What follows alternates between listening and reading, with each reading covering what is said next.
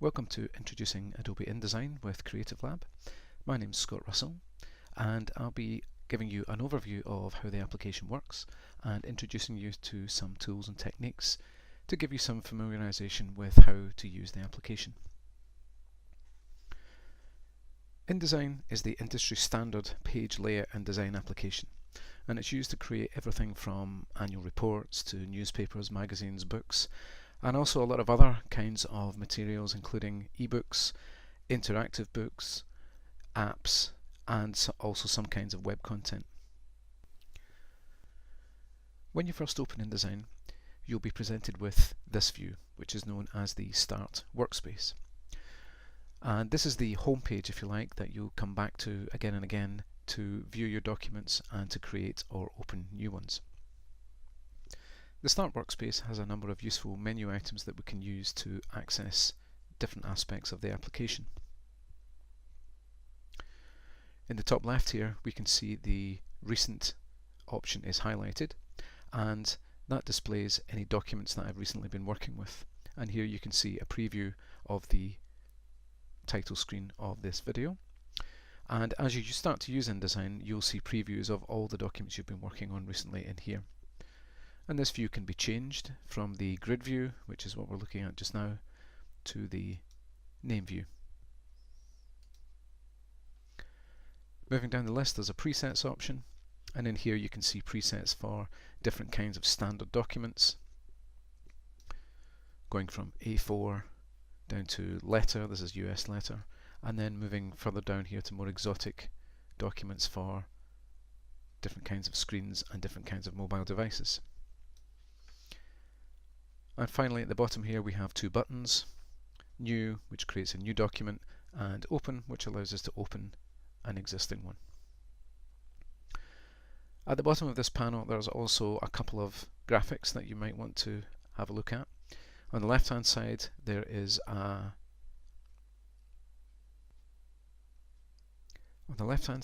link to Adobe's stock photography service, and on the right hand side there's a link to short video tutorials.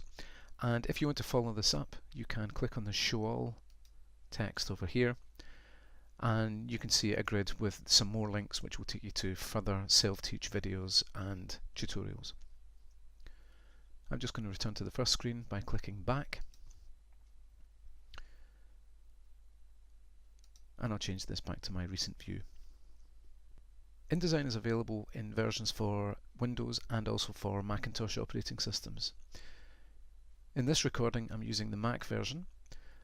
Both versions are much the same, but there are a few very slight visual differences. And the main one that you'll notice is that the top menu bar here, which you can see on a Mac, which begins with this InDesign menu and then has the File, Edit and Layout, etc. along the top. This menu on the Windows platform is actually integrated with this top grey bar here that you can see at the top of the InDesign window.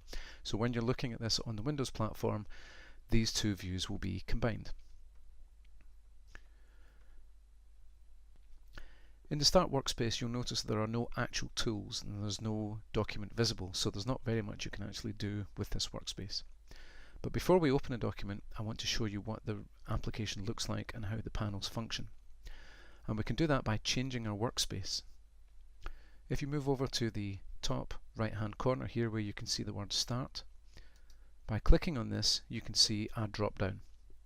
And the list of items you will see in here will differ from your machine to my machine, but you will see in this middle section the same headings from Advanced down through to Typography.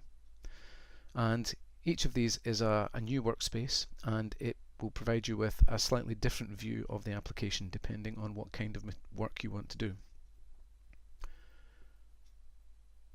For now, we're going to select the Essentials option. And you can see in the main window here has refreshed, and we're now looking at a series of toolbars and panels. And this is InDesign's normal mode for working. There are three main aspects to consider when you're working with InDesign. The first, down the left hand side here, is known as the toolbar, and this contains all of the different tools that we will use to create and manipulate content. As I hover over some of the tools here, you'll notice a yellow pop-up appears. This is a tooltip, and this will appear when you hover over nearly anything in InDesign or any other Adobe application for that matter. And the tooltip will normally give you the name of the object that you're hovering over. In the toolbar, you can see that the tools are organized in groups separated by these white bars, and they're organized roughly by function. You'll notice there are a number of icons here, and InDesign is jam-packed with functions for creating content for different kinds of media. But you don't need to worry too much about using all of the tools. You will get used to using the ones that are relevant to you, and there may well be various tools that you never touch or never have any need to look at, and that's absolutely fine. As I hover down here, we can see there are selection tools at the top, and these are used for clicking and moving objects around. In this next section we have content creation tools, the T standing for the type tool used to create and edit text.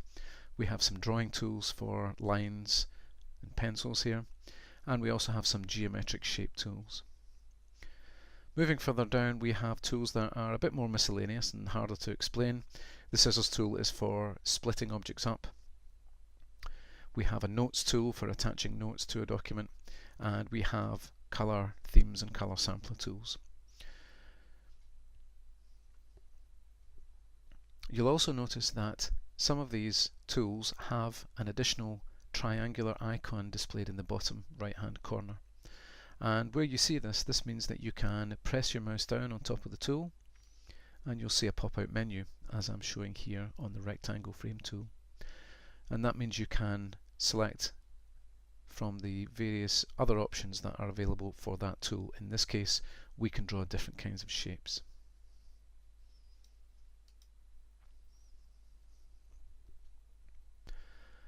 Along the top we have the control panel, which is filled with icons and fields, each of which allow us to control different characteristics of objects on the screen.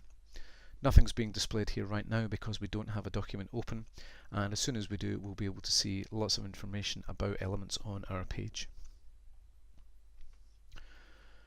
Over here on the right hand side we have what's known as the dock panel, and the dock panel is a series of different panels joined together.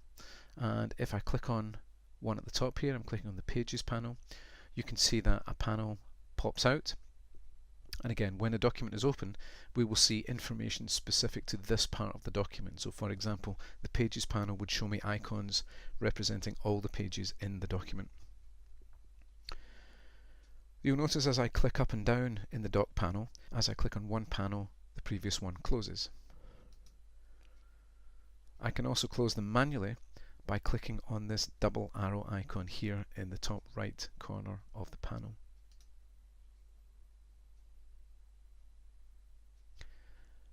I can also expand and contract the size of my panels. If I hover my cursor just at the edge here of the dock panel, hopefully you can see on screen that my cursor, which is normally a large black arrow, changes to a horizontal double-headed arrow. And when I see that horizontal double-headed arrow, I can hold the mouse down, and as I drag to the right here, I can collapse this view down to what's known as the icon mode. And this just allows me to have more space for documents open on screen. If I want to restore that, I hover again on the edge, wait till I see the icon, and drag to the left. At the top of the dock panel is a double arrow icon. And if I click on this, you can see here that each of the panel groups expands, and I can now see the details of several of the panels all at the same time. I'll collapse that back down. We're now going to create a basic document. If I was in the Start workspace, I would click on the New Document button. But because I'm in the Essentials workspace, I can go to the File menu, and from the top menu option here I can choose New, and then in the pop-out I'm just going to select the first option for Document. And InDesign is going to display the New Document dialog box, And there's quite a lot of decisions to make in here, and in this video I'm not going to spend any time going through the details here. I'm just going to leave the defaults. So we're creating a print document with one page. It's going to be A4, and just for the purposes of the tools I'm going to demonstrate in a moment, I'm going to add some columns, change that from 1 to 3. Everything else I'm just going to leave exactly as it is, and I'm going to click OK. And we can see that InDesign now displays our new document. Now that we have a document open on screen, we can see that its name is displayed up here in this tab. It's currently called Untitled 1.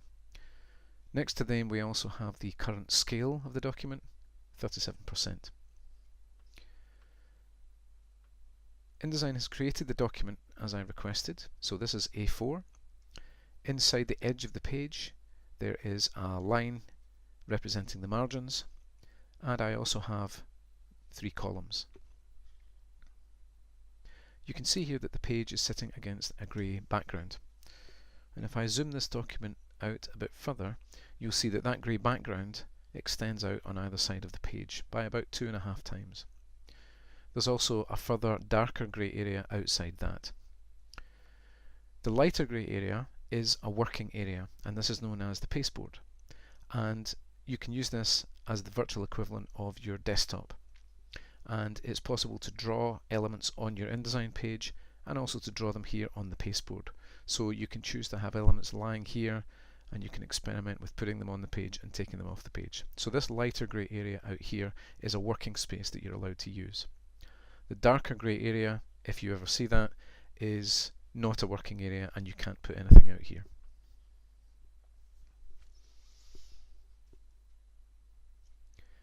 To scale the document up to a size that it's convenient to work, I can change the magnification. And if you look along the top bar here, remembering on the Windows version of InDesign this will be integrated with the menu names and is usually displayed over here on the right hand side, I have the magnification or the zoom level field, and at the moment you can see here the zoom level is 25%. Now I can type a number in this field if I want to, or I can click on this downward pointing triangle, and this gives me a pop-out menu of different zoom levels. I can return the document to 100% its actual size by doing this, and you can see here how the document has increased in size on the screen. Now to move that around to make it central in the current window, I'm going to come down to the bottom edge of the document window where I'll find my scroll bar, and I'm just going to hold the mouse down and drag that over to pull the document to the center of the screen. We're now going to look at creating some content. InDesign can work with a wide variety of different kinds of content. Starting from text, we can also draw geometric shapes, and we can also do more freeform drawing here using the pen and pencil tools. In this example, I'm just going to show you how to draw some basic shapes. I'm going to start here with the rectangle frame tool, and to work with this tool you need to click on it once, which highlights it in the toolbar, and when you hover your cursor back over the document you'll notice that the cursor has become a crosshair. To draw a box with InDesign, we hold the mouse down, I'm dragging to the right, and as I do that you'll see on the screen here a small grey box pops up with some dimensions in it, and this is known as the smart cursor. And this will allow me to draw a box to a specific size if I want to, or it will just inform me about the size that I'm dragging to. I'm just going to let this go just now. When I release the mouse, InDesign has drawn a frame. When I'm working with the drawing tools, it's important to know that they only have one function. This tool draws rectangular or square frames. It doesn't do anything else. If I go to select this frame to modify it in some way, you'll find that when you click you'll draw another frame. So it's important to remember that you may have to switch tools quite often when using InDesign. I'm just going to delete this frame by clicking the backspace key. To select a frame to work with it, we use the black arrow. So I'm clicking on it once, I'm hovering over the edge of the frame, and when I click, InDesign highlights the frame, showing me these small squares around the edges. And each of these small squares has a function. The two coloured ones have more advanced, elaborate functions, but the white outlined squares allow us to simply resize the frame. If I put my cursor on the top center square, and these are known as grab handles by the way, you can see that the cursor has changed to a vertical double-headed arrow. If I hold the mouse down and drag up the way, we can see the smart cursor again, and I'm extending the height of this frame. If I position my cursor on the right hand side center grab handle and drag, I'm extending the width. And if I position my cursor on any of the corner grab handles, you can see here that I can expand the height and the width at the same time. And that's resizing a frame. If I want to move the frame to somewhere else on the page, I position my cursor, again making sure that it's the black arrow that's selected. I need to position the cursor on the edge of the object. I hold down, making sure not to click on any of the grab handles. I then drag, and you can see as I drag, and I'm doing this slowly so that you can see on screen, I can move the frame wherever I want it to go.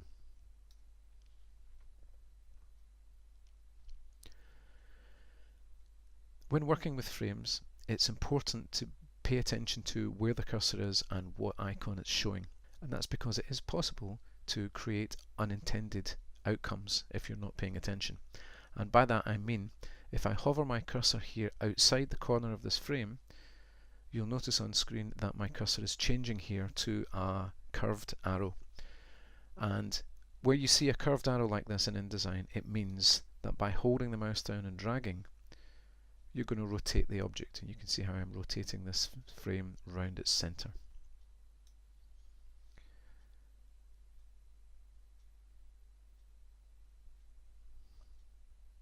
To return this to its previous state, I could re-rotate it, but the quicker thing to do is to go to the Edit menu, where I'll find at the very top here an Undo option, and you'll notice here it automatically undoes the last thing that I did. And InDesign's undo function is extremely useful because it can do more than one level of undos, so I'm actually able to undo previous steps as well. I've now stepped back to where the object was located in the left hand column here, for example. There is also a redo option here as the second item in the menu, and if I select redo move item, you can see here how InDesign repeats the move that we carried out previously. So if something happens while you're working in InDesign, the key thing is not to worry too much. Just pause, go back to the Edit menu, and try undoing the last thing you did. If that doesn't fix the problem, try undoing it again, and sooner or later you should get back to a state that you are happy with. We're now going to create a text frame, and to do that I'm going to scroll to an area of the document that's empty. So I've come over here to the right hand side bar, and I'm moving the scroll bar up the way just to take me to the top part of the page. Before I draw my text frame, I just want to point out another useful visual cue that's on the screen. And you'll notice here that your InDesign document should be displaying rulers at the top, along the top and down the left hand side. And the ruler units should be measuring in millimeters, so this should be giving you the actual real world dimensions of the document. And we can see here the 0 point is measured at the top left hand corner, and if I go right to the right hand edge here, you can see that this measures 210 millimeters, which is the size of the width of an A4 document. These rulers can be turned on and off, and they can also change the unit of measurement as well.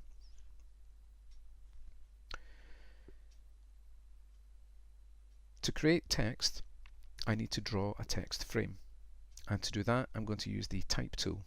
So once again I come to the toolbar, I hover over the T icon and I click once to select the tool.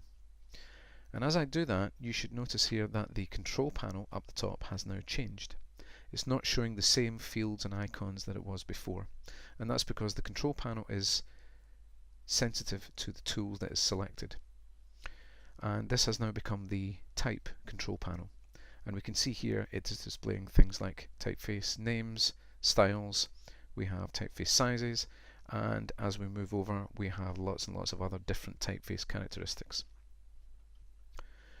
Before I can type any text, I need to create a frame, and because I've selected the type tool, you'll notice that my cursor on the screen has become the familiar text cursor, which is known as an I-beam, and there's a small arrow in the top left hand corner.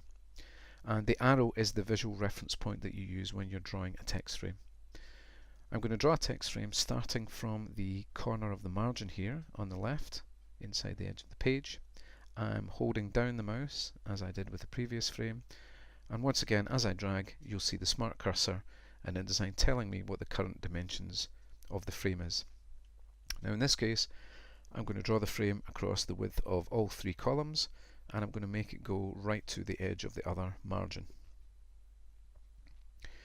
And as you draw a frame, once you reach a column line or an edge like this one, you should find that the object you're drawing jumps to meet it. This is called a snap, and InDesign does this for accuracy, and it means that if I draw my objects to either the column widths or the margins, my boxes will be a precise size.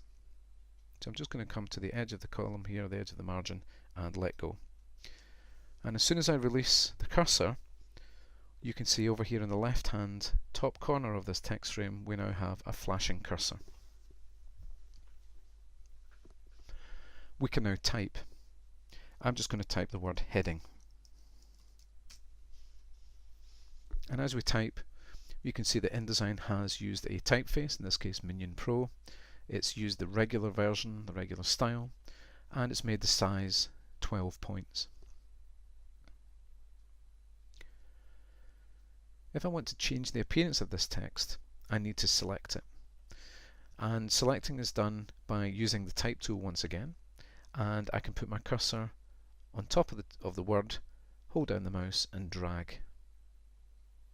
And you can drag from left to right, or you can drag from right to left as I just did there. Having selected the word, we can change the size by coming to this number field in the control pane here. And InDesign measures type with the same system as other applications such as Microsoft Word, so it measures it in points. Once again, you could type a value in this field if you want, or you can click on the downward triangle and you can select from the various options that are available here. I'm going to make this 36. And you can see how the type scales up. If I want to change the typeface, I can move over, keeping the type selected down here. I can move over to the type menu. I can click on the drop down, and here I see quite a complex list of typefaces. InDesign will list all of the typefaces installed on your computer in alphabetical order, and on the right hand side here it will display a sample piece of text in each one. I'm going to keep this quite simple, and I'm going to change this typeface to Arial Black down here by clicking once, and when the menu disappears you can see that the text has now changed to a new typeface. If I want to change the alignment of the text, I can come over to the icons here on the right hand side of the control pane, and you can see here the default alignment is left, which is where the text is sitting just now. If I click on the center icon, the text will move to the center of the box, and if I click on the third icon, which is align right, the text will move to the right corner of the box. There are some other alignment icons here, but these are more advanced and shouldn't be used at the moment. So when you're aligning text, for now, just stick to the three standard icons here. I'll put this one in the center. Once you're finished working with your text, it's also important to deselect it so that you don't make any changes accidentally. And to deselect my text frame, I'm going to click once here in the toolbar on the selection tool, and then I'm going to click in a corner of the page in the background. In the next step, I'm going to apply some colour to my rectangular frame. I'm just going to scroll down the page using the scroll bar here on the right hand side, and here in the centre we can see the rectangular frame that I drew earlier. Using my black arrow tool once more, I'm going to click on the edge of the frame to select it. And at the moment this frame has no appearance at all. It has no colour, it has no border. We can change those settings by using the two icons to the right hand of the centre here in the control pane. The top icon is the fill colour, and that will apply a colour to the whole centre area of the shape. The second icon is the stroke icon, and that would apply a colour to just the border area. At the moment both icons are displaying a red diagonal, and where you see that, that means that no colour exists on the object. So to apply a colour to this object, I've selected it, and I know I've selected it because I can see the grab handles. I can come to the triangle next to my fill icon, and we can see here a list of colours that are available in the document. And for now I'm just going to select from one of these. It is possible to add your own colours later. I'm going to click here on the cyan colour, and you can see as soon as I click that how the box fills with this colour. To get rid of this pop-up, you can click anywhere on the grey bars surrounding it. I'm also going to apply a colour to the border, and I do that using the second icon here. Once again clicking on the triangular icon, I get the same pop out. This time I will choose a different colour. I'll choose the magenta. Now this has applied the colour, but with the magnification we're looking at on screen right now, it's a little bit hard to see that that's actually been done. So I'm going to close this pop out again by clicking, and I just want to draw your attention to these two icons here next to the colour icons we were just using. These two icons come into play when you've applied a colour to the border. The icon at the bottom here is the line style icon, and this is showing me that there is a solid line on the border of this object. That can be changed to various combinations of double lines, shapes, dots, etc, etc. I'm going to leave this as a solid line for now. The field above is telling me the weight of the line, and at the moment this weight is 1 point. Now 1 point is 1/72 of an inch in size, which means it's very small indeed. And even though I'm viewing this document at 100%, 1/72 of an inch is very small. So what I'm going to do here is just change the line value, and again I'm clicking on the drop down, and I'm going to choose a line size of 6 points. And as soon as I do that, you can see that the line is now much more visible, and you can see here how the fill and the stroke icons are displaying the colours attached to this object. These fill and stroke icons are repeated in various places in InDesign, and looking at the screen right now, the other place you'll be able to see these are at the bottom of the toolbar, and you can see them just here again displaying the blue of the fill and the magenta of the stroke.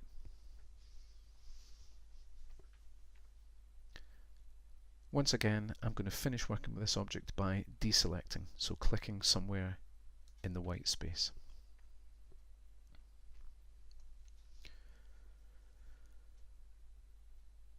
To scale this document down so that I can see everything in the same window, I could use the zoom level field as I mentioned before, or I can also go to the view menu. And when I click on the view menu, I can see starting just about a third of the way down here, there are various different options. And the one I'm interested in here is this option here called Fit Page in Window. And by clicking that, we can see that InDesign will scale the document automatically to fit within the current size of the window. The useful thing about this menu is not selecting an option here from the drop down, it's over here on the right hand edge of the menu, and you'll see this against a lot of different menu options in InDesign. This is the keyboard shortcut.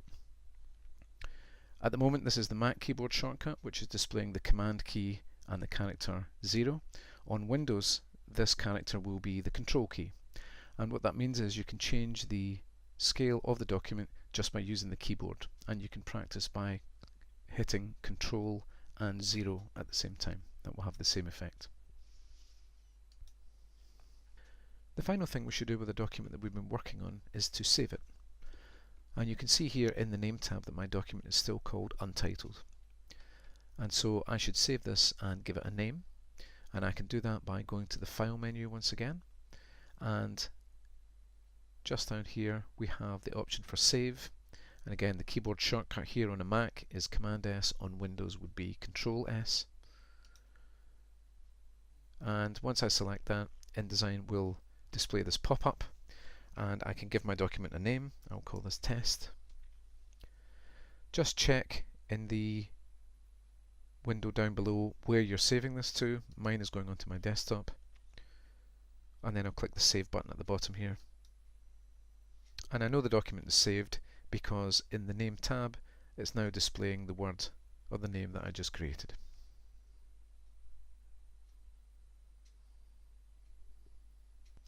Having saved the document, I can now close it. And in the Name tab, just to the left of the name, you should see an X icon. And if I click the X icon, the document will disappear, and InDesign will automatically return to the Start workspace that we saw at the beginning. And in my recent items here, you can now see there are two previews, one being the document that we just created. That's the end of our introductory video for now. If you have more questions, we'll be happy to answer them in person on our Creative Lab training course. Thank you.